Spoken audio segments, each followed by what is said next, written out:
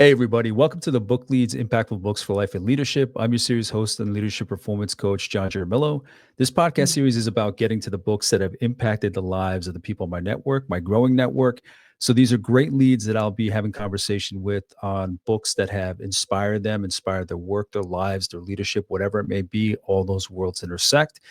I want to know the ones that have impacted them the most. And the three categories of books I cover in this series are the first category where they're sharing a book with me I haven't read. The second category where they're covering a book with me that I have read as well, whether we're covering it specifically for the series or we read it in our past lives before the series itself. And then the third category is when I'm lucky enough to have the author and or publisher to discuss the book that they're putting out there in the world, what they want to get out to the mass audiences in terms of tone and just getting their face out there and putting some additional power behind what they're publishing. And my guest today is Coco Sellman. And Coco believes business is a force for good, especially with visionary women at the helm. With over 25 years of entrepreneurial experience, she has launched 5 companies and guided over 500 startups. As founder and CEO of A Force for Good, Coco supports purpose driven women founders in unlocking exponential growth and prosperity. Her recent venture, Allumé Home Care, reached 8-figure revenues and 7-figure profits in just 4 years before a successful exit in 2024. A venture investor and advisor, Coco's book, A Force for Good, reveals a roadmap for women to lead high impact and high growth companies. A Force for Good empowers visionary women founders to amplify impact, scale, and profit in their businesses. Authored by 5-time founder Coco, the book offers a roadmap that inspires societal changes through women led enterprises. And I was lucky enough to be introduced to Coco by Dr. Bridget Cooper. It was a LinkedIn introduction. I think Bridget had seen something Coco had posted and tagged me in it and said, "You have to talk to Coco Sellman and see what she's doing and what she's writing about." And I had Dr. Bridget Cooper on in 2 episodes, episode 24, where we covered her book, Pain Rebel, How We Take Our Power Back. And again in episode 71, where we covered her latest book. I think it's still her latest. She's on this pace of writing books like every couple of years. But it is her latest, Unflappable, How Smart People Quit Overthinking, Ditch the Drama, and Thrive at Work. And this was a few months ago. So I reached out to Coco on Bridget's advice. We got to know each other, the work that the other person is doing. And it's just great to see what Coco is putting out there, what she shares on LinkedIn, the content that she provides, the book that she's written. So Coco, thank you so much for sitting down with me. John, it's a pleasure. It's such a pleasure. I really value the Book Leads show and all the different authors and books that you're bringing out to all of us so that we can find new ways to access leadership and wisdom and improving our lives and work for the better. So thank you for having me. Oh, thank you for being here. I'm lucky that I'm lucky that I came up with this avenue of just kind of putting this together so I can. It used to be interviews, but it is more conversational. I don't really even like using the word interview because it just kind of gives me that visual of just asking the question, answering the question back and forth. But it goes deeper than that. So I appreciate just what you see in the series. So Coco, Mhm. when it comes to you, who are you today? Can you provide a little bit more on the work that you're covering, just so listeners and viewers get a sense for who it is that's recommending the book we're going to discuss? Yeah, today is an interesting time because I have just completed a big chapter in my professional life and in my personal life. So last year, 2024, me and my family made several big changes, and one was that I sold my healthcare company to a children's hospital to make the platform to make my company the platform of a children's home health provider to span to multiple states. So that was a huge step and one that was exciting and difficult and scary. So that happened in October.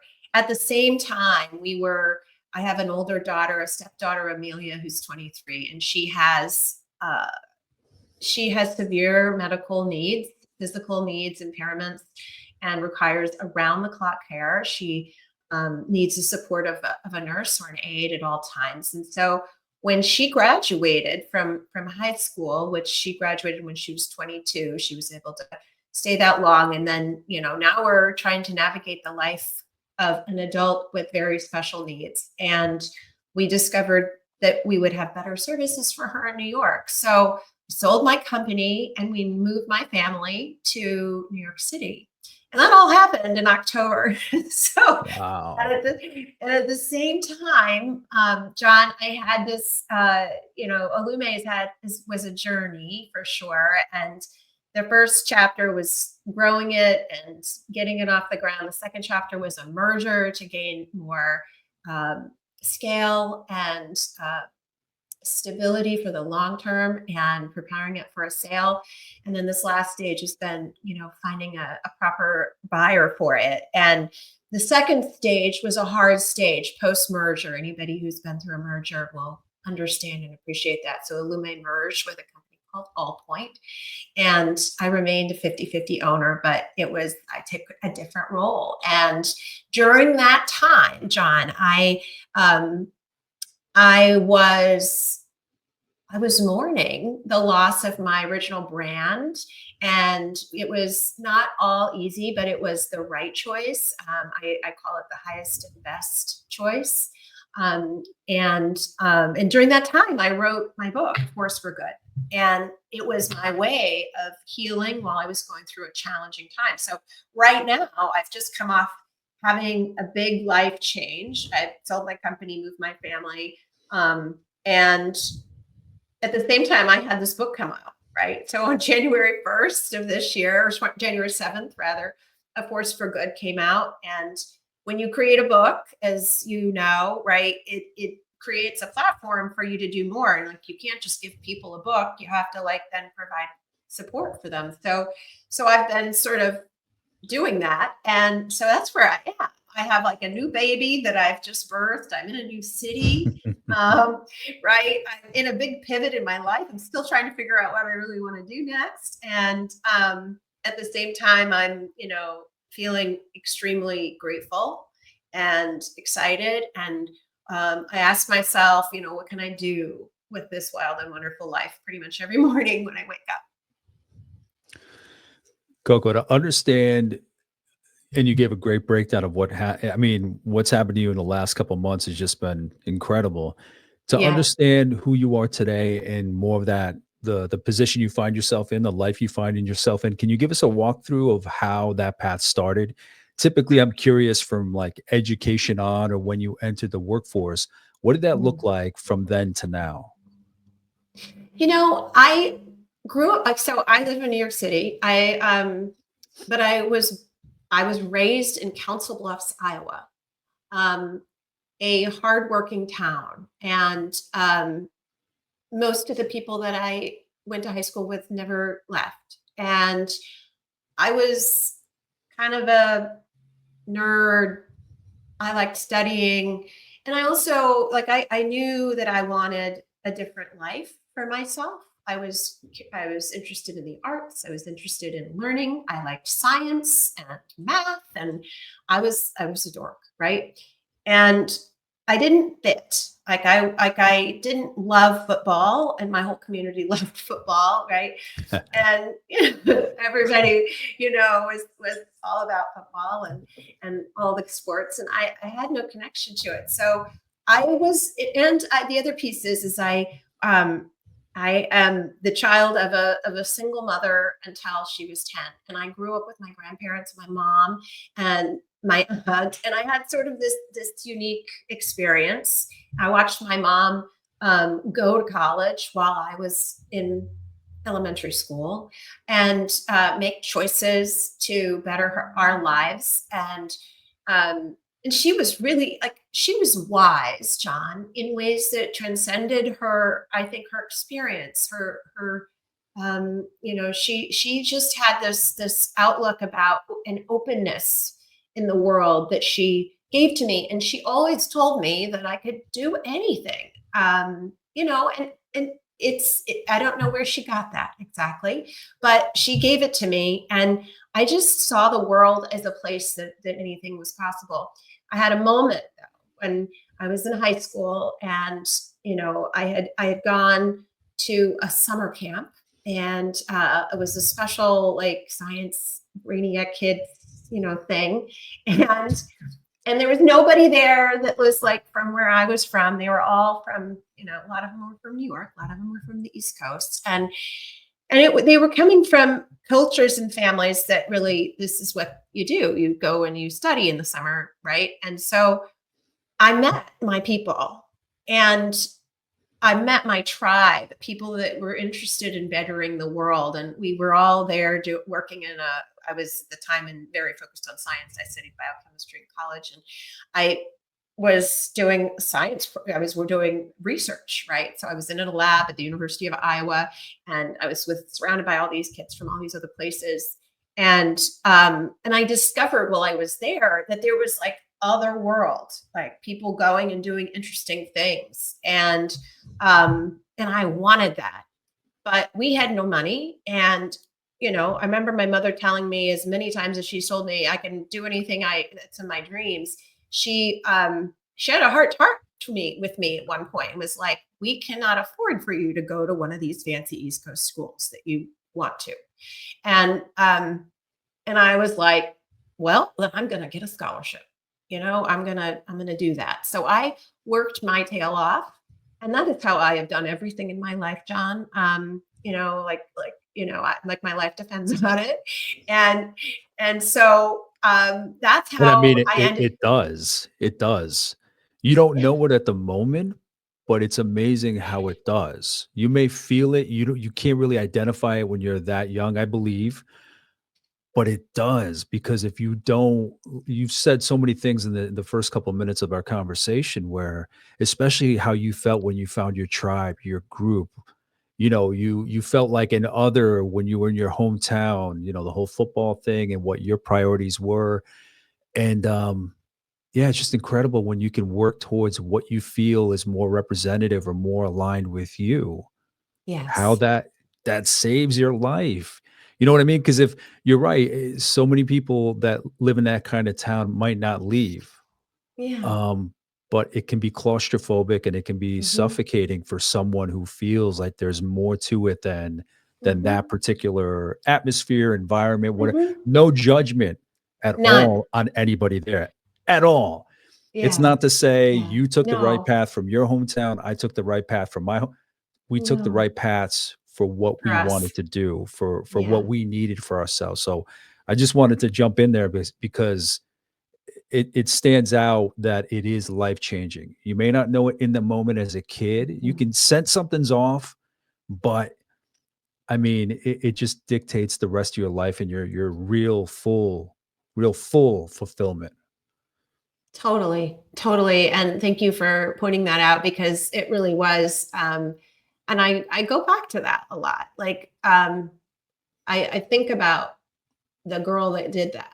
And, and I did get a scholarship. I worked my tail off, and I applied for every scholarship under the sun. I studied for every test, like my life depended on it. And it worked. I didn't go to the fanciest school. I didn't get in. I didn't go to Stanford, and I didn't want to go to Brown, which are my two favorites. But I went to the University of Rochester, and they had an incredible science program, and it got me out east, and it allowed me to continue my journey. And then, shortly after, I moved to New York, and that led me to all kinds of opportunities. And I love the city. I'm an odd duck. I'd rather walk in the city and look into little cafes and be, see a museum than I would a mountain. And my husband thinks I'm crazy, but like, that's me, right? I'm Yeah. kind of ashamed of it. I know. I do like the outdoors, but I thrive in a city. And um so it was it, get it so I worked for early in my career. First, I started in science, and I worked for a biotech company, and I quickly discovered that it wasn't science that I loved, that it was business. And so I moved, like I realized I'm good at business. I'm better at business than I am science. What was And it? Can you jump into what was it that stood yeah, out with business compared to your science original focus? yeah, science I thought was my ticket, right? And if I could figure out science, then I planned on going to medical school because again, where I came from, the world was you wanted to have success in your life. You were a doctor, you were a lawyer, you were an accountant, and there was like four choices in the world. And of course, now I've had so many different careers and whatever, but I latched onto that. And so I thought I was going to go to medical school. I'd take a year off of college, study for my MCATs, and go to medical school. And I took this job with a biotech company and I started out in technical support. And they quickly moved me out of a technical role into a customer facing role. And what I discovered was how interesting and fascinating and easy it was for me. And what I didn't know is that, like, that was my place in the world. It was easy for me because that was where I really belonged, and that's where my gifts truly are. If that makes sense. You're No, questioning. no, not yet. I wanna hear more about, like, Yeah, and what so did you what was there a particular moment? Like, what does that look like when somebody who's so science driven for so long yeah, gets an opportunity to work with customers and then realizes that that's their thing, not the other thing? Only because they're just so yeah, different. One is metric, and we can't get too and I'm specific. I a know with yeah, customers there are metrics, but science is driven by data, by surveys, by experimentation. So yeah, what is it you take from that to the customer facing experience? What is it that you, I think you just said something to the effect of that's what I was always good at, or that's what um channeled something inside, something to that effect you just said. But how do you connect the two? What was it that you were good yeah. in science that you can pull over to customer facing interactions at work? Well, I am extremely analytical and I am process oriented as can be. I am always about creating experiments in business and then testing them out. But I'm also incredibly intuitive. And Mm, I have a great ability to really hear people, listen to people, know what it is that they're trying to achieve, and figure out how to help them do that. I'm way more relational than just analytical. And the two for me are really fun and exciting. And I think that's a really great skill set for entrepreneurs, which is who I am and people I work with or identify with.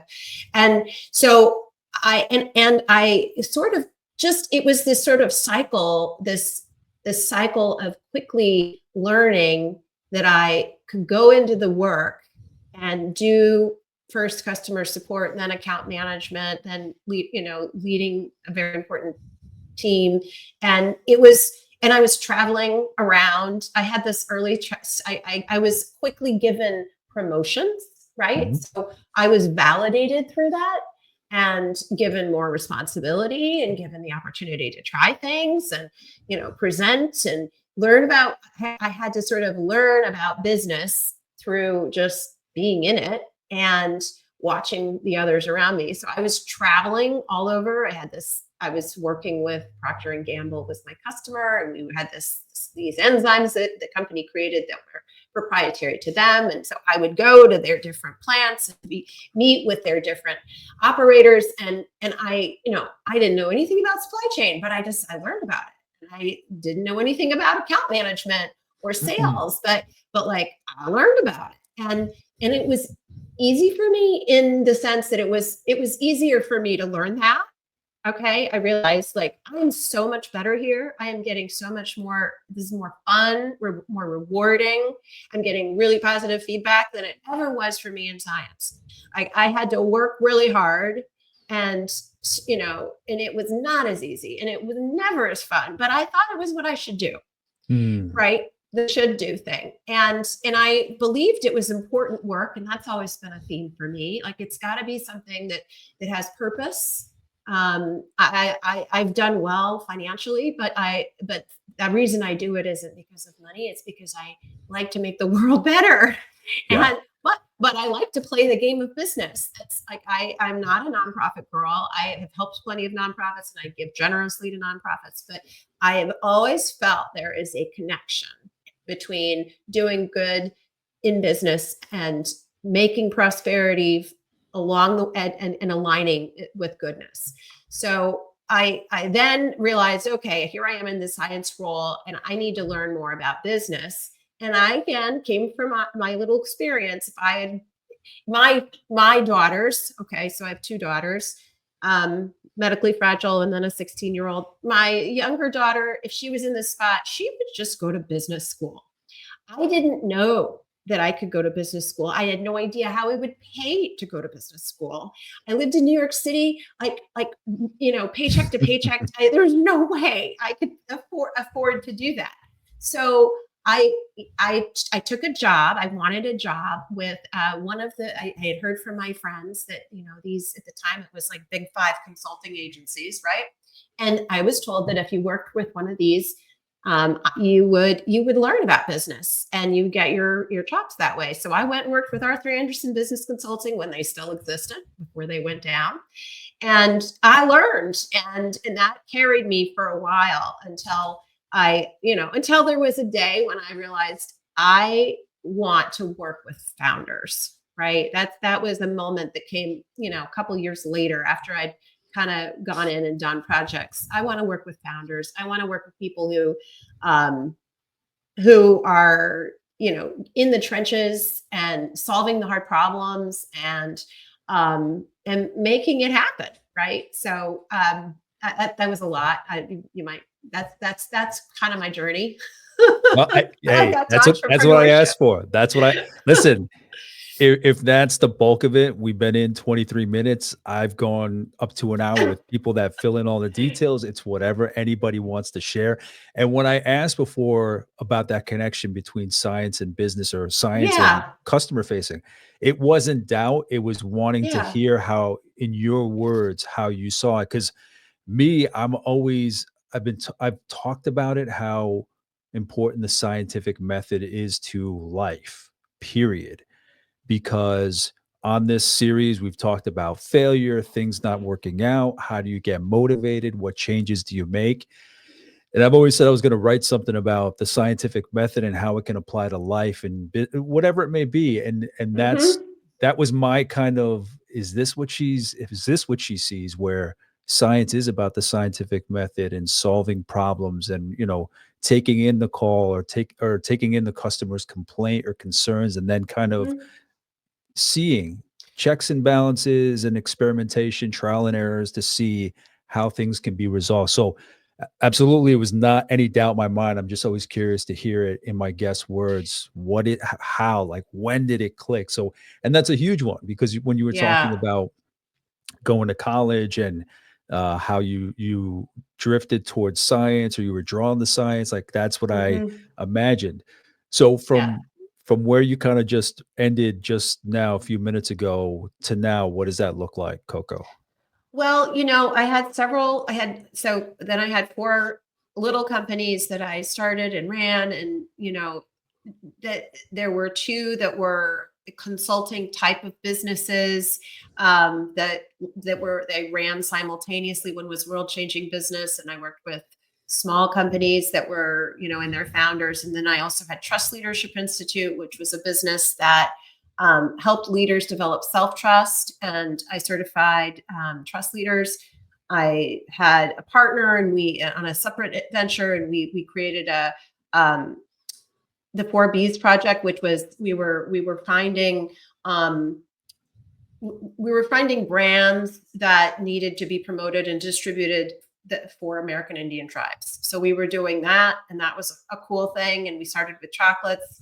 I talk about this in my book, we faced the challenge of shipping chocolate in the summer. It's very expensive, right? So these are the things that you learn, right? And then finally I got to Allumé. And what happened for me is I sort of realized that I wanted a business that had substance and scale and purpose, and that it was a business that I could lead it but not be the product or the service. It Mhm. was extremely important to me. And I looked at a couple things. I even bought into a hair cutting franchise at one point, and it was just like, no, I don't want to do this. This doesn't have enough purpose for me. And I also have discovered since that I like to innovate the systems myself. And so franchise wasn't for me. It was then that, we had this pivotal moment where Amelia, she was at the time, she was about 8 years old, and she had her condition had is somewhat degenerative. And so she had gotten to the point where she now qualified for nursing at home and paid for by insurance. And we were shocked to learn that our health insurance actually covers 16 hours a day of at home insurance care for her. And so I went to try to find a provider, a home health agency who could provide this service to her. And we were shocked to learn that no one would do it.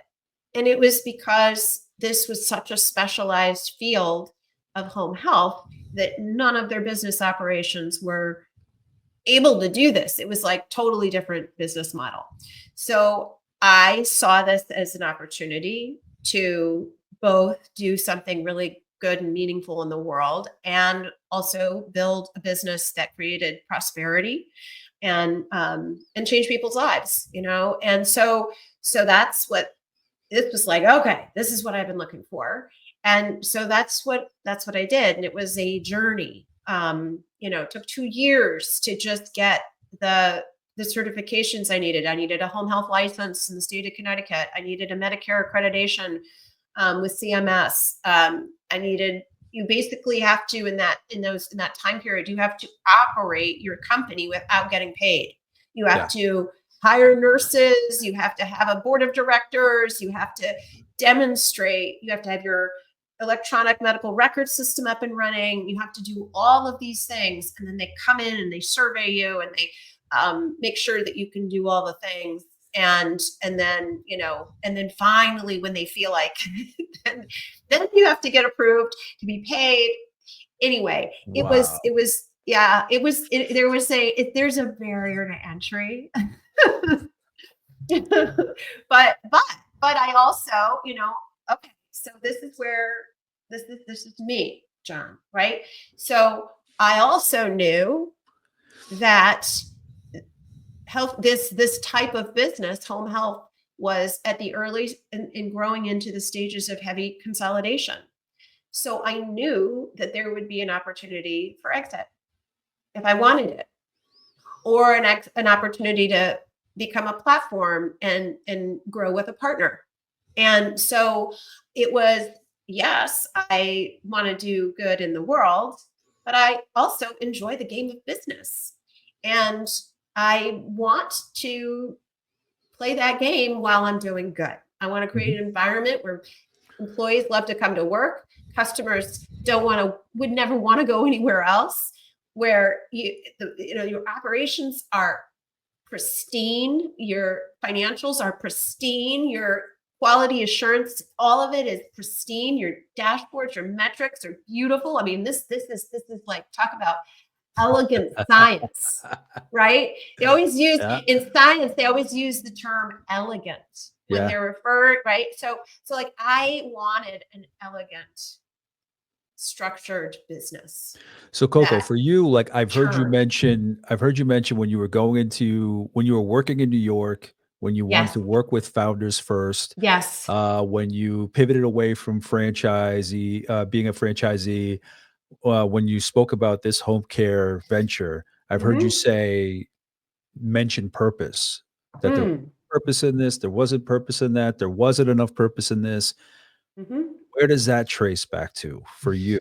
What is that aspect of purpose? What is it that for you, your experience, your life informs that need to have purpose? Because you've I think, mentioned it a lot. I think yeah. most of us have it, but the way you've mentioned it It seems like something that's obviously very important for you, but where does that come from? I think ever since I was a child, and I remember even in my high school days when I would be thinking about how to be a good person and what would lead to this opportunity for me to leave, honestly.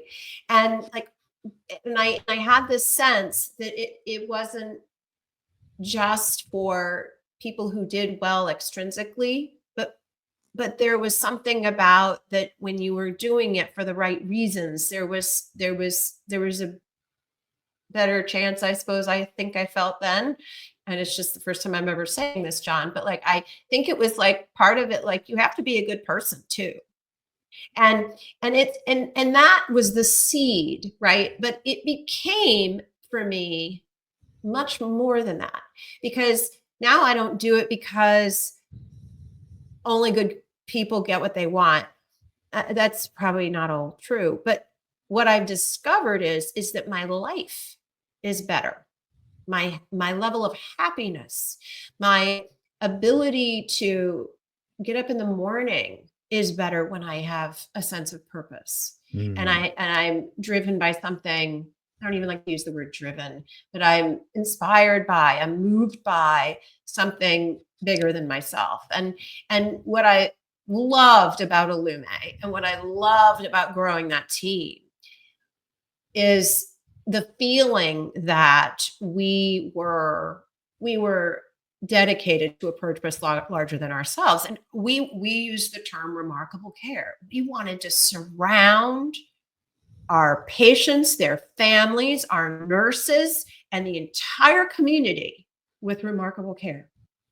And every day we talked about that. And I'll tell you, when it comes time for hard things, when you're in a pandemic and you're a nurse and you're scared to go out into the world, and you're braving whatever it is, and like when you know that your purpose is to provide remarkable care and that you are the one to do that, then it changes your ability to show up.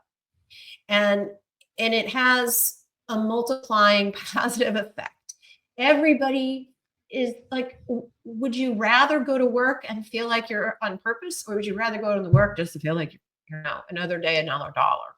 you know like, you just feel better Yeah. when you are inspired and lit by purpose. And I dream of that. Like, that's what I had a culture book at Illume, and we would hand out our culture book at the beginning of, if for anybody's first day, would get the culture book, and write on, like, I don't know, the page 3 was our secret wish. My secret wish was that everyone who worked with Amelia, everyone who worked with Illume would feel a sense that they have a better life having worked there. That their life would feel better, that they would take home ideas about how to live and how to work that made them feel better about themselves and their abilities and their goodness in the world. Coco, the next question I always ask is, and you've spoken a lot, I've asked a lot about, and you've spoken a lot about your upbringing, how that's impacted your journey, your thinking, your purpose. Is there anything else you want to add to that? The question is typically, how do you reconcile where you are now to who you were as a kid? So how do I reconcile that? Well, I was what I would say is that I was a person all through my life who faced challenges and always rose to the challenge. And my business, the Trust Leadership Institute, okay, that is a that work of self-trust has been my life's work. And when I was a kid, being able to feel like I don't have all the choices that, certainly that my daughters both have. I don't have the same opportunities at my fingertips, but I trust myself to figure it out. I trust myself and whatever tools I have, whether it's my hard work, my intellect, my kindness, my empathy, um, my love for others. I know that I can trust myself. And that was hard won, John. Like that's I'm saying that because it's something I've dealt with. I always believed I wasn't enough. And part of my effort all along the way was to prove that I was. There was a huge amount of imposter syndrome. Here I landed in these places where, nobody I went to school with ever landed. And I always felt like they're gonna know that Mm. I'm not worthy of being here. And oh, they're going to find out that I am a fraud and that I don't deserve to be here. And one day I was working with a coach. I've always had coaches in my life. And one day I was working with a coach and she said, "Well, what would it look like if you didn't feel that way?" And it was, it was a pivotal moment where I realized, oh, I would trust myself. And so for me, that's what it's been about that safety that I feel knowing that hard times can come and, whether it's in parenthood, certainly, in health, life and business, pandemic hits and you're wondering how you're going to make sure everybody in the field has PPE and oh my God, now suddenly I can't hire another nurse and I got to make sure I can pay payroll and my everything, all of it, right? It's like I need to be able to trust myself. Gogo, where does the trust work Mm. fall? The company itself that you had referenced, where does that fall in the timeline of your career, your companies? Is it still under you? Is it one of the companies you sold or? It's actually a company that I just dissolved at one point. Actually, right when I had my first baby, when I had Ella, who's now 16, I dissolved the business. But it's interesting because it's never left me, and really, it's in my book, A Force for Good.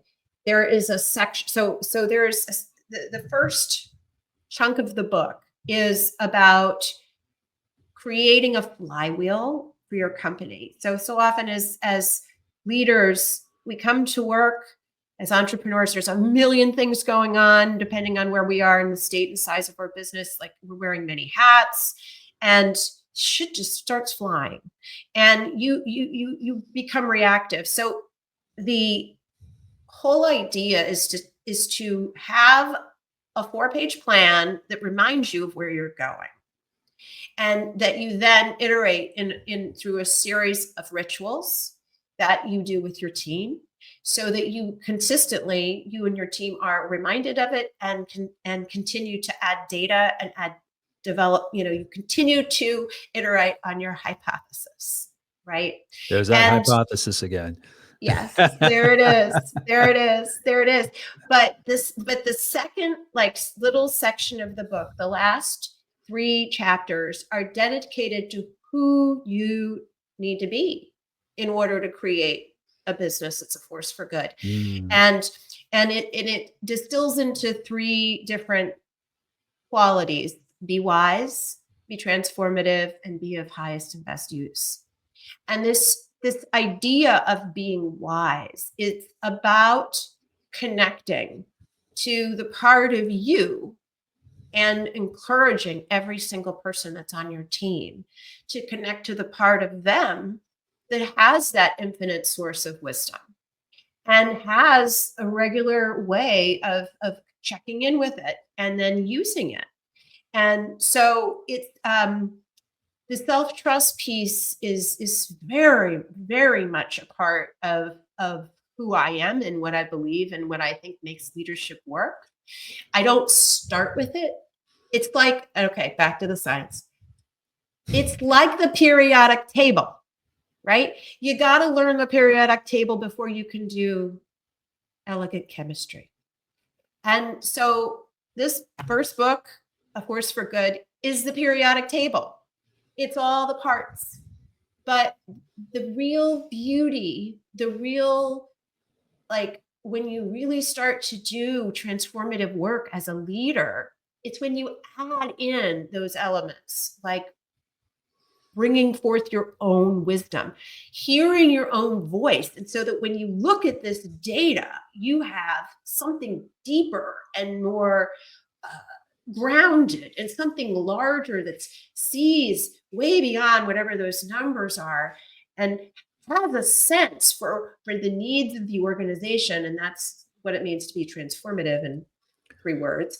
And then to be able to say, how am I of best use? What can I do? Because before you can be wise in your little head, but if you don't act, if you don't take powerful action in the direction of whatever it is, nothing's going to happen.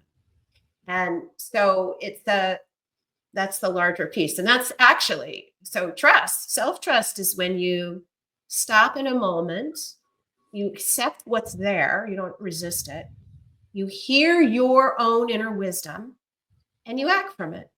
That's it. So Yeah. the action piece is critical. You gotta act. It's just potential lost sitting inside of you. So Mm. so it's got to come out in action in some form. It's how you bring it into the physical reality. You said so much. So many good pieces. You jumped ahead and went into your book, but we'll get to that. But Okay. no, some good nuggets of wisdom there. Um, I love how all my guests share like things in the same vein, Mm, messages in the same kind of vein, but in their own tone, from their own experiences, using their own words. So it's interesting how similar we can think, but the way that somebody puts it is just kind of like, ah, okay. You just painted mhm. like a very beautiful visual of, you know, inaction versus action, what it gets you, your wisdom, and just really taking control and trusting yourself. I think that's Yeah. what's missing across in so many people is not trusting themselves because they don't experiment. You know, I've Yes. spoken Yes. about this ad nauseum, where we're brought up in an educational system that's kind of like you either get an A, B, C, D, E, or E, F, and that's it. If you fail, Yeah. like you got to stay back and you just keep trying it. But they don't, you go through all this schooling and they don't tell you like experiment, Yes. try new things, Yes. scientific method. If something doesn't work out, what can you tweak and go back? But so many of us try something, it fails, and we think it's a defect within us. And we Yeah. don't think our default setting isn't to go back to the drawing board, see what we can change and go back.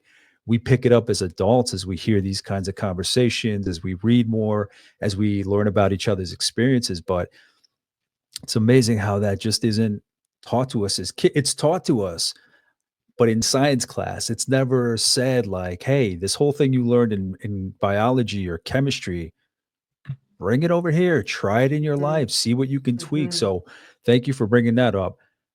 I've heard several of these that I see and view in you, Coco, just from what I've heard. Mm-hmm. What do you consider your superpower? Mm. You know, honestly, it's my self-trust. Honestly, Your what? my self-trust. It's my, and it isn't that I am super, super self-trusting. It is that I practice it. Mm, such a It's good that I, point. right? Such a good point that when somebody's good at something, it doesn't mean they're perfect at that. It means that they study it, that it's in their mind, that they're conscious of it, that they're experiment with it. That's such a good distinguishing point, is that just because I'm this doesn't mean I don't have to work at it. It's something I'm Mhm, intentional about. mhm. I love that. And and I've found that because you've talked to me long enough to see that I have a very analytical little head here, but I have this well too, right? I thinking you should I like numbers and I like KPIs and I love all of that. But I believe that anchored when I'm anchored by my own clarity, my own wisdom, then I know what to do with all the information in the world. I know what to do. I can decide. I can Mhm. know what's aligned and congruent for me. Congruency is important to me. That I do what I believe is right. And that has been my superpower again and again, right? Like to just do what I believe is right. And to grapple with that, and I want to turn back for a minute because self-trust, the other thing about self-trust is it's interesting and it also comes back to this experimentation thing because and I agree with you, we learn in school that there is a right answer and a wrong answer. And that's how, how the A, B, C, D grade system is. It's your how right are you? How okay are you? And really it's life is so much about figuring things out. It's about experimenting. And sometimes, it's taking small bets, it's taking small experiments. And what I love about experimenting with your own self-trust is that you can start small. You can listen from within and it can just guide you in little ways. And as you start to do that and you do it on a habit, you start to be able to make bigger choices. You can start to say, yeah, I have the guts to do this other big thing. And I know that whatever happens, I will still have myself and my self-trust to pull from. And what I have learned is how to cultivate it in others and how to surround help everybody, my children, my husband, my teammates, how to help them like really listen within, because if we all do that, then we can take in information from the outside and know what its purpose is. Beautiful. Um, and then one last question before we jump into your book, Coco. What does Yeah. leadership mean to you? How would you define it? We've touched upon it, but if you had that question, how do you define leadership? What does it look like? What do you say? How do you answer? Well, as leaders, we are here to move towards a vision and a purpose. And that's what we're supposed to do. So great leaders in, inspire greatness in others. Great leaders create great leaders in others who can move towards that vision and keep living that purpose. And so that's what a leader is to me. And so, in the that's a simple definition. The rub comes in always having clear purpose and always having clear vision, and then making it connect to the specific goals and things you need to accomplish, making it real. And so it comes down to the daily acts of how to move an organization or community or group into an alignment, even when they're burned out, even when they're tired, even when bad things are going on around them. How does one create that instill that connection and reason, that motivation towards something larger than themselves? And now jumping into your book, Coco, Mhm. can you tell us about the book, how it came to be, just what went into the book, what triggered the your thought for writing a book? What led to the book that we're going to be discussing and introduce the book? I don't think we've gone through the title yet or mentioned the title. Yeah, it's called A Force for Good, Empowering Visionary Women to Lead High Impact, High Growth Enterprises. And the book is many years in the making. So I mentioned before that one of my earlier consulting businesses was A Force for Good.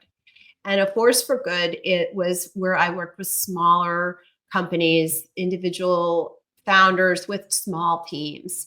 And at the time I was building my own businesses. I had worked with big businesses in my consulting time, and I was adapting, models for them. And so I built what I do. One of, this is probably part of the scientist in me, John, but I built tools. I build replicable tools. That's just what I do. Anytime I think I'm going to do something more than once or that it might apply later, I create a tool. And So then, so I built this set of tools. I used it with lots and lots of, trained with it with lots of entrepreneurs.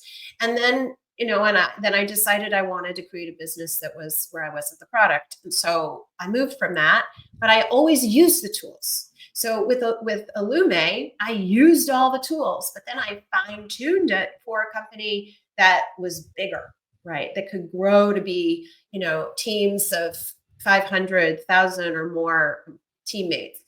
And I, sort of reflected on the journey of the entrepreneur, because it really does change as the business grows. And what your role is when you have a team of 5 versus a team of 20, 50, 500, your role needs to evolve in order for your company to grow. I have another hypothesis where a company can only grow as much as the leaders are willing to grow. And so I have whenever there was a plateau at Allumé, and whenever there's a plateau in any business that I will ever run or lead or be a part of, I'll always say, well, how does this reflect something within me that needs to grow? And so I created a toolkit for myself that would always help me, or anyone using the tools, see clearly, what do I need to focus on to create impact, scale, and profit? Because those are the 3 things you need, right? An impact is your purpose delivered in the world to customers. So what does that look like? How do you measure that? Scale is the number of people or the size of the community that you need to reach in order to embody your vision of impact, right? It's also connected to the last piece, which is profit. How much profit do you need to generate in order to feel prosperous yourself, to provide your shareholders with any profits that they need, as well as how much do you need to create to reinvest back into the company so that you can build on your purpose, build on your vision, and so innovate, have the best systems, have the best product, hire the best team. So impact, scale, and profit, you need all 3 in order to make this happen. So I created a toolkit based on, there's 3 basic tools, and then lots of other tools that sort of help you with those 3 tools. And the first is the 4-page plan. And the second is a transformational map. So what are the things that go on inside a person or an organization that stop them from making the changes they need to in order to grow or hit a goal? And the last is a series of rituals. So now I have in place my plan, and I know what my goals are and the things that might get in my way. So what are the times I get together with my team so that we can create the growth? We can experiment. We can have those weekly experiments, try it out and look at data, elevate the team, and do the things that we need to do to keep things going. So A Force for Good, the book, was designed to be like, okay, this is my ethos on how to grow a company that is prosperous and sustainable and gives back and will be around in 100 years in one form or another, and that it can evolve and grow as the founder evolves and grows. So the founder can, one day decide, oh, I think I will just be an investor now if I want to.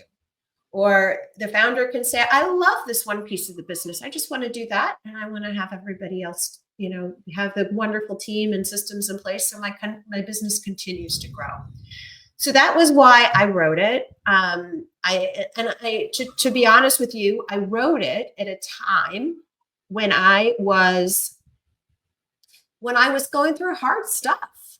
I had just merged my company. So I had, business partners who we had the same way of looking at our vision. We had the same core values, but how we operated day to day was very different. And so I and they really didn't want to make any changes to the structure of how things were done. And I decided to step back from that. And so I said, okay, you guys can lead the company day to day, the operations. I will no longer be the operator, but I will instead focus on advocacy work. So I still do a lot of healthcare advocacy, and I will be present to the M&A environment and make sure we have plenty of offers for buyers. And within 3 years, which we did, we sold in 3 years. And at the same time, I needed something for myself. So I wrote this book for myself. And it was such a deeply wonderful healing experience. I'm actually thinking about writing another book like this year because it was so fun and so healing and inspiring. And I use it, right? I use the tools. Coco, and I always ask, I'm curious in writing it, what lessons did you take away? How did it change you as a person, not even as an author, as a person? Can you speak to that? How it helped you, how it changed you, just any kind of that emotion that you may want to share of what it did for you in putting it out? Yeah, I it was such a wonderful experience because at the end of the day, I believe that the more clear you are, the more you can claim something. You can, like, the more clear you are. So like if you have an idea in your mind, like I told you before about self-trust, about how it works. When you take it and you write it down, it becomes more real. Now, if you iterate and you draft on it and you study it and you use it with other people, suddenly it becomes more and more and more real and more true and more powerful. And so the pieces that are in the book is it just helped me really own and claim that that my experience is valuable. That Mm. what I mean, it was a way to, at the end of it, I felt like this is good. Like this is good, Yeah, because I mean, because we spend so much time going through life, not reacting. Um, at some points in life, yeah, reacting, but more proacting, being intentional about what we're doing. But we're so busy in our day-to-day lives that we see like the little wins here and there. But it does take stepping back and really looking at the bigger picture. You're in the weeds, you're in Mhm. the trees, but Mm. you don't see the forest until you really stand back, take a look, take stock, journal, write a book.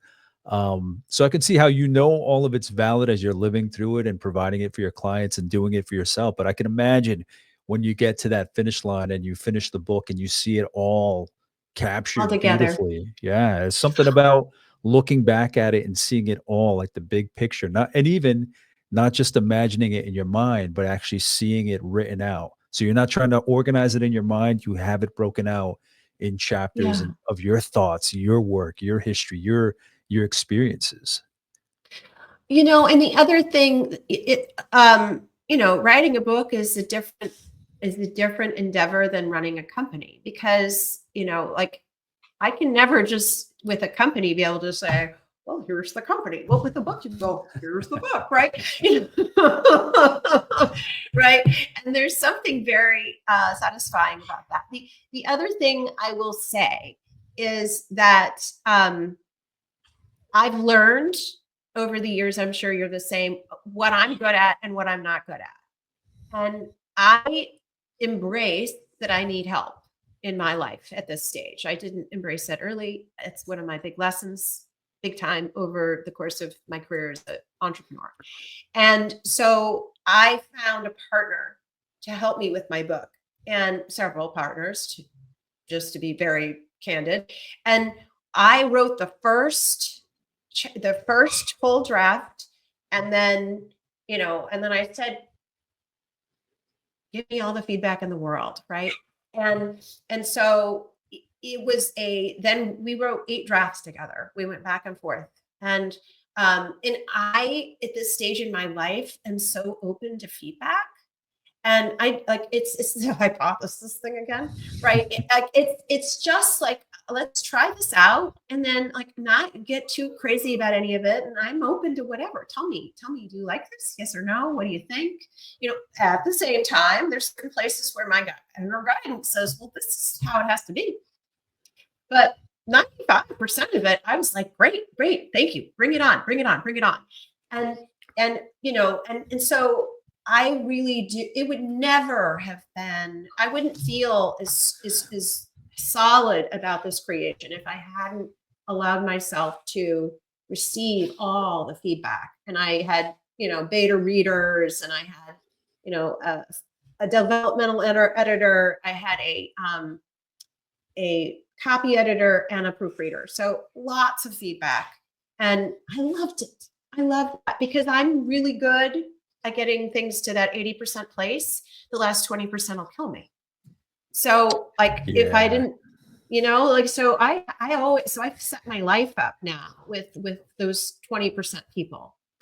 Yeah, I think a huge skill, not only in leadership, but life, is that feedback, is being comfortable, like you said, like you've said, trusting yourself, Mhm, meaning I trust myself that I wasn't being irresponsible, that I wasn't being lazy with what I put out. I trust myself that I tried to get it to the best state that I could.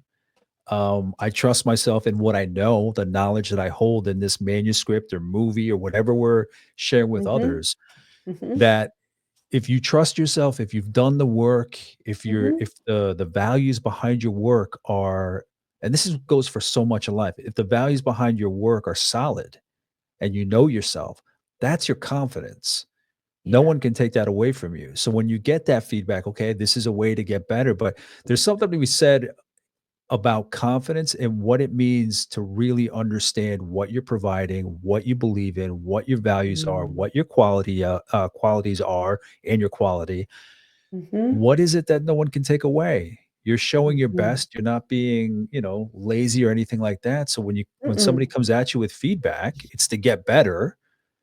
And you can kind of sense when people are saying things just to kind of make themselves feel better, whatever the case may be. But any piece of feedback is to help you get better. So it's amazing getting to that point where you feel confident enough in what you're doing that anything you get back in terms of feedback is just to kind of refine it and improve it. Absolutely. And I, again, you talked about it. It's a desire of mine, certainly, to impart more into schools and into children's lives, this idea of trying things, because Absolutely. right, because this is Absolutely. the fear of failure, the fear of being wrong, the fear that fear is what stops us from our greatness. And the more we can foster our teams. Like one of the things I'm fascinated by right now, and I haven't done well throughout my career, is I've gotten it. One of the things I've learned is that when you pull together a team and you're looking at data, people freak out. People don't. People will feel, they feel naked. They feel vulnerable. Um, they feel that if they haven't hit their numbers, they've been bad. And so it's very important, and we have companies all over the place holding meetings with numbers. It's very important, the space you hold, and this is part of the being transformative in my philosophy, is it's very important that the spaces that you hold when you look at data always support every every number on that page is good, right? Everything is good. So what do we do next? Right. And it's all, that was an experiment. We tried that. Let's see what else. Right. And like acknowledging all of the hits, all the swings, even if there was, nothing happened and the ball didn't go anywhere. Right. Like, and that's what we have to cultivate in a daily way in all of our rituals, in how we interact with our children, interact with our spouses, interact with our communities, and certainly our teams, how we encourage them to feel safe to try things. Yeah. Coco, can you speak to uh, the women focused Yes. aspect of the book? Yes. I'm assuming, listen, I'll read anything because I think even something from a different perspective can provide me with kind of information about the periphery that I have no clue about, my blind spots and whatnot. But can you speak about your desire to write it from that particular angle? What was it that kind of informed that decision to go that route? Oh, I'm so glad you asked that question. Um, so I had written, I think, 3 or 4 drafts of the book before I came back to my developmental editor and said, this needs to be for women. We've got to change it. It's got to be for women. And and the reason was a personal reason. It was so when I was growing Allumé and I was focused. I was in the weeds doing all the things that founders do to grow and scale their companies and create impact. And I wasn't focused on the bigger world outside of me. I was focused on how do we get more nurses into the field taking care of patients. That's what I was focused on. And when I merged and I started to come up and I wasn't running the company every day, I started to angel invest. I thought that would be interesting. And I learned, and then now I'm more of a venture investor than an angel investor, but I learned that a shocking information to me. I thought it was shocking that only 2% of venture funding goes to women founders. And I was like, why is that? And then, so I dug into that and I found out, that it's a really lack of access. It's a lack of networks. And if you dig into the data, a lot of it shows that the really it's like most of it goes to a very select group of people who came from certain business schools. Yeah. And it's because everybody knows each other. And so Yep. and that is actually that's how inequity happens. And so it's important to me. And the book is could and the tools are for teams. It's for anybody, anyone. And the book can be read by anybody. And it's for and for allies. But it is for people who really do have a desire to make an impact in equity, and to create diversity in their teams. And the studies show that diverse teams, diverse boards create better outcomes. Mhm. More, and so that's why I had, and I've gotten since involved in more venture investing and that kind of thing. But it moved me and it shifted for me the purpose of a force for good. So I don't know about you, John, but you work with lots of clients, executives, and so forth. I'm sure you work with founders. And for me, when I'm starting a new business, I am feeling out what is the purpose of that business. And until I hit that, until it's like ding, ding, ding, ding, resonant all through my body and my soul, and until I hit that, it's just not right. Mm. And so I'd been writing the book, and I liked what was there, and I was feeling good about it. But the moment that I made that shift, that's when the full body, this is the purpose, and I can use this to help more women gain access to the tools, the connections, the people, and through my venture investing, I'm getting to know a whole lot of players to help them, and it isn't exclusive to women by any stretch, but it's very inclusive of making sure that those who are underestimated have a place. Yeah, I like what you mentioned about the purpose and working on something. And yeah, you can have the facade there. Everything may be working in place, but as soon as that purpose clicks in, like it just falls into place. Like you can have, it's like reverse Jenga and all the pieces are coming together and building that tower, but it doesn't feel right until that last piece clicks in. And like you said, when you started going down this route of writing for an underrepresented group, then it was like, okay, everything kind of fell in line. So it's great to see that kind of thinking and how that played out for you. Um, Coco, so you had mentioned it before, and you don't have to give it away, the store or anything like that, but what do you think your next writing would be? What kind of area do you want to focus on? What Mhm. direction you think you're going to head in? So the next direction, the last three chapters of the book are on that leader, who you need to be. And so it's the be wise, be transformative, and be of highest and best use. And those are the pieces that I want to focus on next. And this year, 2025, my word of the year is highest and best. It's more than one word, but it's highest and best, right? How can I be of highest and best use today, this week, this month, this year? And it's as founders, we need to. I believe that if we're doing the same thing today that we were doing last year, chances are nothing has changed in our business. We're probably not growing. So we always need to be asking, what is our highest and best use? And you can't answer that, by the way, unless you have a clear purpose, you have a clear vision, you have a clear impact goal, a long-term and short-term. If you don't have that, you can't know, and your teams can't know.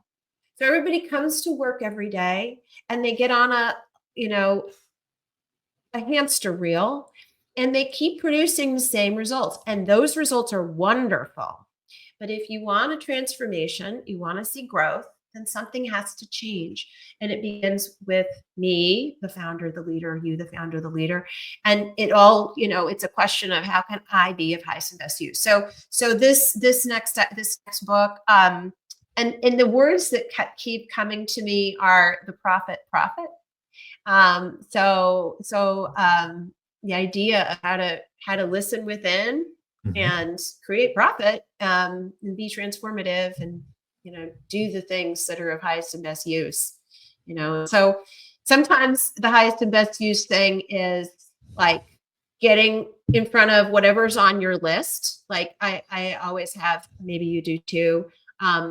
So if I have a particular breakthrough goal for the year, what's the thing I need to do every day, every week? What are those leading indicators that I need to do? That's a lot of times what it is, right? Like doing Yeah. whatever that thing is. Sometimes it's doing something big. Sometimes it's doing something that's not even big, but it's a phone call to somebody that won't take more than 5 minutes, but it's asking that investor, or it's making that difficult connection, or maybe it's letting go a team member. It's those big things that actually shift the direction of where you're going. And our highest and best use, if you're a team of 5, your highest and best use is different than if you have a team of 25. And if you are doing the same thing every day and conducting business the same way you did, probably not really operating at your highest and best. Mm. So I want to write about that. That's what I want to write about. Coco, I mean, we're talking about your book in this episode, but what's a book that Yeah. has inspired and impacted you? So if I asked you to come Oh, back for another conversation, what book do you think would be worth mentioning or recommending to other people? well, the book that comes to mind is a book by Clarissa Pinkola Estes, and it's called Women Who Run with Wolves. And it is a book that came to me when I found it at a spiritual bookstore, I think, when I was in college.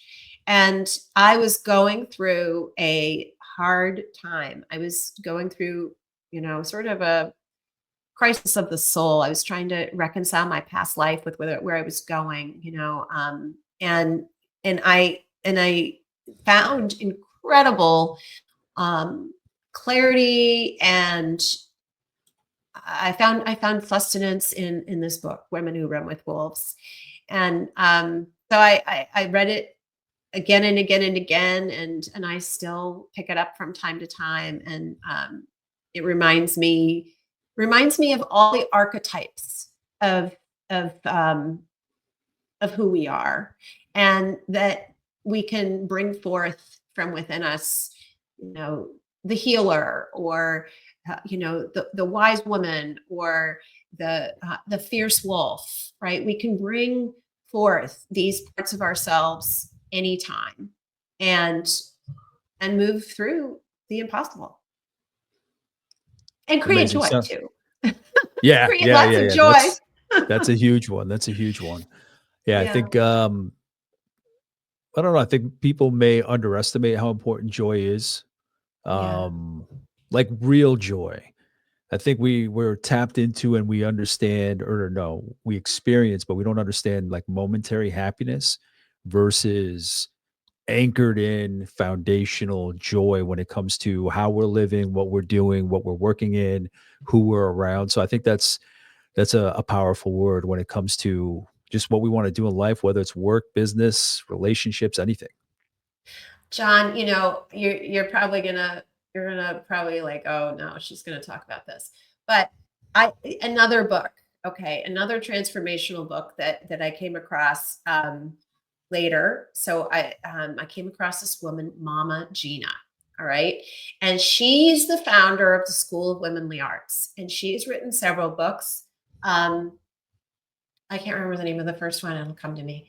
And but her most recent book, and I did her mastery program, I did all of this, all of her work, and her most recent book, and you're going to blush, is it's called Pussy, a reclamation, and it is about reclaiming our power, particularly as women, to bring joy and pleasure and like beauty into the world. And I came across her first books.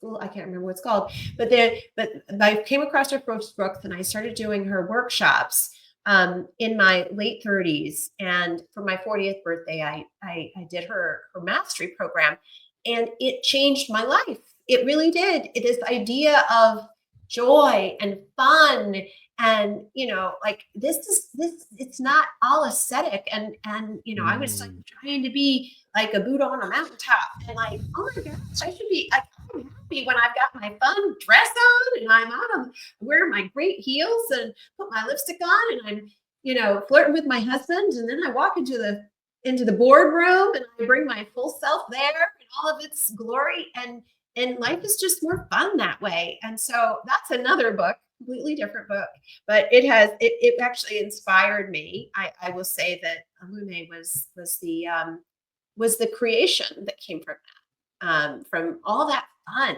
and joy. Yeah, that's interesting. I think yeah, that plays back exactly into what you've been saying this whole time that we've been talking is just about trust. Yeah, Not yeah, letting somebody, when there's a job description, you go for the job description, you can handle the bullet points they give you. And then what I find with most clients is they can do that, they get hired, they meet those job descriptions. And the job yes, descriptions are like this much of who they are, and they leave like yes. all this out the door. So I like that. I like that that book, regardless of who the target audience is, teaches women or whoever is paying attention to the message being unapologetically yourself. You know Yeah, that yeah, there may be traditions, there may be decorum, a yes. certain way that things look, and the certain way they should be talked about. Whatever it is, Mm. you can accomplish that with bring your own flavor to that game, whatever it may be. And Mhm. the job's gonna get done, but it's gonna get done my way. Mhm. Like Yeah, yeah, yeah, exactly. Well, and I like to think about, so the one of the outcomes that I look for in my own life, and I have learned to be unapologetic about it, is prosperity. And this idea of all the forms of abundance and goodness, and one part of that is having money, right, and having the money in order to invest in the things that I enjoy and that bring my life pleasure and that allow me to make a positive difference in the world. That's the part that I love most. I like to invest, I like to give. It's so much fun for me. um, mm, and so and part of it is breaking through this thing we learned, or I learned, that you should be happy with what you have, right? And like, to want things that you don't have is not good. It's bad. And, shame on you. And what I have learned through lots of study, including through Regina Thomas Hauer, aka Mama Gina, is that your desire is actually your wants, your wishes, your desires, including a business, right? A successful business or a successful career. These are all coming from within you. And these are not to be regarded as anything bad, but really it's your, I believe, higher self showing you a path towards your greatness if you're willing to be unapologetic and go for it. And it's easy to get stuck in the trappings of, the goal and the outcomes and whatever extrinsically is going to happen. But like whatever those desires are, that needs to be cultivated. And so growing a company, if that's what you desire, then like by all means, it's been planted within you for a reason. As you do it, you will discover more and more of your brilliance and who you really are. Yeah. Yeah, that's a huge consideration of I like that idea of or that visual of, being happy with what you have, not seeking it necessarily outside of yourself, because it forces you to kinda think of what is innate to you. Yeah. And I think so many people I've spoken to about this kind of topic, myself included, it's interesting. So many of the people that are on this series are changing the world. They do want that. And when somebody says, I want to change the world, I'm like, I don't doubt that. Like, tell me more. It's incredible how they go through this thing where they're kind of looking outside of themselves for whatever it may be, whatever they think is going to amplify their message or extrapolate, Mhm. whatever it is. And when they reach their deepest happiness and fulfillment is when they kind of turn it inward Mm. and Mhm. build out their gifts. Mhm. It's amazing how much people don't tap into it sounds cliche, it sounds straightforward and simple, but it's not. It's amazing how much they give up or don't look into who they are, what they want, what they can produce. Mhm. They try to live by other scripts, by society's visual of what success looks like and where it comes from. But I like that you've distinguished, you gotta really tap into I'm just saying anecdotally, I've seen that so many instances where their truest joy and happiness came Mm. from unapologetically reaching in and being who they want, and it's experimentation. I'm not saying if you look inward, you're gonna find it right away. It's trial and error, but it's there. It's Yeah. powerful. It's powerful It stuff. is. That's powerful. And you have to keep looking within because it changes, it is an experiment. Part of it is that where you're like, oh, well, that was almost it, but a little more this, a little less that. Right. Yeah. But Like, because in the past, if something didn't work out, you'd be like, "Well, shit, I guess I'm not meant to have that happiness or achieve that goal," instead of, "All right, well, let me go back and see what I can tweak and have yeah. fun experimenting." I Yeah. think Well, like I have one of my favorite words in this conversation has been apologetic. yeah. Being Yeah. apologetic for whatever. What is it I'm curious, I wanna ask people now, what is it you're unapologetic about? You gotta Uh-huh. make sure you're producing some value. I don't want you, harming anybody, but what is Right. it you're unapologetic about? Or Right. unabashedly unapologetic is what I was gonna say, but what is it you're not sorry for? What is it that you're not giving up that in the end is good for you and produces for others? What is that thing that you're not gonna it's a non-negotiable? Mhm. Mhm. Interesting. It is. It really is. And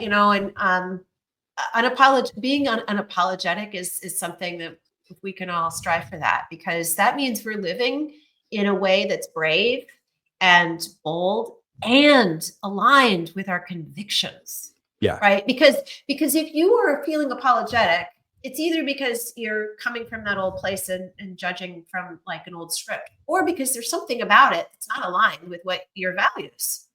Mm. And so it's like you have to curate that, right? And so if I want to be unapologetic, I have to be intentional about it. And you know, it's It's so important. Like when I was going through my merger, I had a coach who was talking to me about that. Be unapologetic. What will allow you to be unapologetic? How do you stand in your power? Say the things you need to your partners.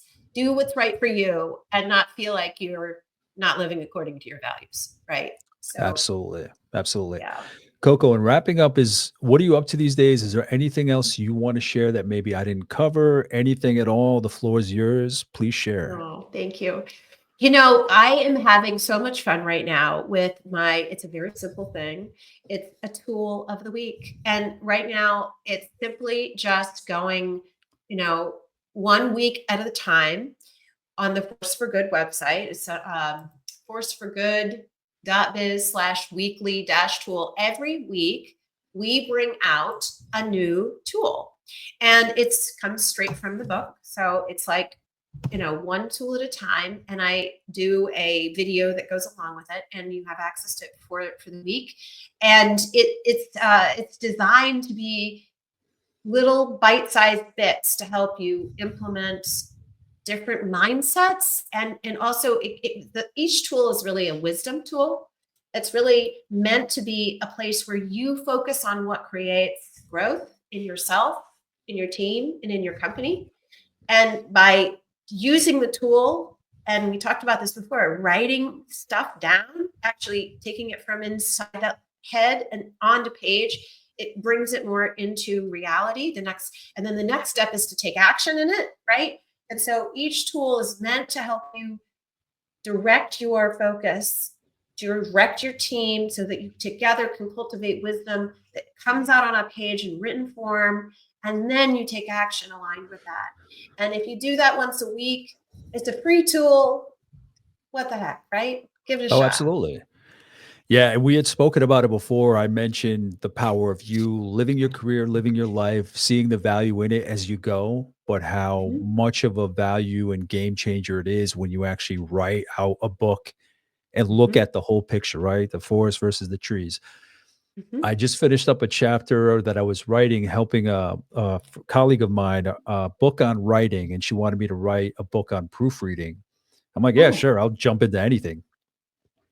So I wrote it, and just in writing that, I'm like, all right, so where does my love of proofreading, where does my eye for proofreading, where does that come from? Mhm. And again, the story that I tell in the chapter is not anything I had before I started writing that chapter. I knew Yeah. I enjoyed proofreading. I knew I enjoyed writing. I thought that was enough. I was like, hell yeah, let me do it. And then when I sat down, I'm like, all right, where does that come from? And I've contributed a few chapters where it's like that, where I go in with one mindset. And then as I'm thinking about it and writing things out, it clarified even more what I had volunteered as a title for whichever chapter I'm talking about. So it's just Mhm. all to say people should really look into writing things out, sharing, whether Yes. it's a chapter, a book, a story, anything like Yes. that. Something about putting it down on the page helps out a lot. It does, and you pointed out this piece of it. It allows for your insights to come up. Yeah. It Yeah. percolates, and then the other thing that happens, and there's neurological studies about this, that when you pose questions to your mind, and we're always asking our minds questions, but usually the questions are useless, and they're not Yeah. going to help us change anything, right? But when you have a pause and interrupt, and you ask other questions that could actually help you grow, and I mean it in all the ways, right? Yeah. So impact, scale, profit, your own cultivation of whatever's important to you. And when you ask your mind these questions, and you put a draft on paper, and then you walk away, you have this incubation thing that goes on with your non-conscious, Yeah. unconscious Yeah. mind. Yeah. And it starts to percolate and create new pathways in your brain. It starts to create new possibilities that weren't there before. And so the idea behind these tools is that it will interrupt the old methods of thinking by telling your brain to think about something new, and to create the language. And now, okay, so now really blow your mind. Like that blows my mind anyway, is you do that by yourself. But what if you do that with your team? And so like you have, what happens is we have in our minds what we think is alignment. And then we sit down with our teams and write things down, or we all sit together and use a tool and we all write something down. And we think we're all aligned until we actually look at what the words are on the page and we compare. Mhm. Like what is right? So what does it mean to have our purpose, or what is our unique value proposition? Or, there's all these different elements that we look at. And you start to realize that where you thought there was clarity and alignment with your team, there is not. And it gives you the power to now actually work with your team. It's not about everybody thinking the way you do. It's about listening. And you start to discover, oh, I hadn't thought about that. That's how when I was talking before about how do you create brilliance from others, you start asking them questions that are on these tools that help you then have conversations with them. And then you all learn from each other. And then your mind, your unconscious mind all goes to work. And if you come back to it again, then you're gonna start to discover a whole wealth of brilliance that can help you with your purpose, with your vision, with your values, and your specific goals. Yeah, and that plays into that whole reactive, proactive mindset when we're doing anything. Like your Yeah. team's going to come in doing a kick-ass job. Every day they're going to deliver for you. But even just sitting down for an exercise will unlock something beneath the surface. So they'll kick Yes. ass for you every day, but just sitting down, asking questions, doing it in a different way, a writing exercise, it's just Yeah. it's fascinating when that happens. You can have somebody that's just doing amazing work, but if they just sit down and look at their tools and ask questions of themselves, how much it unlocks. So thank you for bringing that up. Yeah. So I hope you'll So, join me on that. Yeah. Go oh, ahead. absolutely. Oh, anything. It just laid out. I'm always game for anything. More exploratory and curious as I get older. Yeah. Uh, Honestly, I thought that this podcast, I would bring in my knowledge and my guests would bring in their knowledge. It's like, okay, cool. We combine knowledge. We're good. And each one just makes me more curious. It's Yes. such a pain in the ass. I'm not gonna lie. I thought I was gonna come in, share things, and now it's like, okay, what else do I want to, it's a blessing. Don't get me wrong, but it's Hmm. it's incredible how we may think we have not it all figured out, but that our cup is full, we're ready to share. Where the more you share, like you Mm. realize it's not empty, but it's not quite as full as you thought, that there's more out there, more people to talk to. So Coco, thank you for coming on the series to talk about your book with me. Thank you for having me, John. It's been a pleasure. And again, we covered Coco's book, A Force for Good, Empowering Women to Lead High Impact, High Growth Enterprises. If there's anything you feel I should have asked that I left out, we're limited on time. Anything at all, please let me know. I'll reach out to Coco, see what kind of additional insights and guidance I can get. In the meantime, thank you for watching. Thank you for listening, and I'll speak to you soon. Take care. Bye.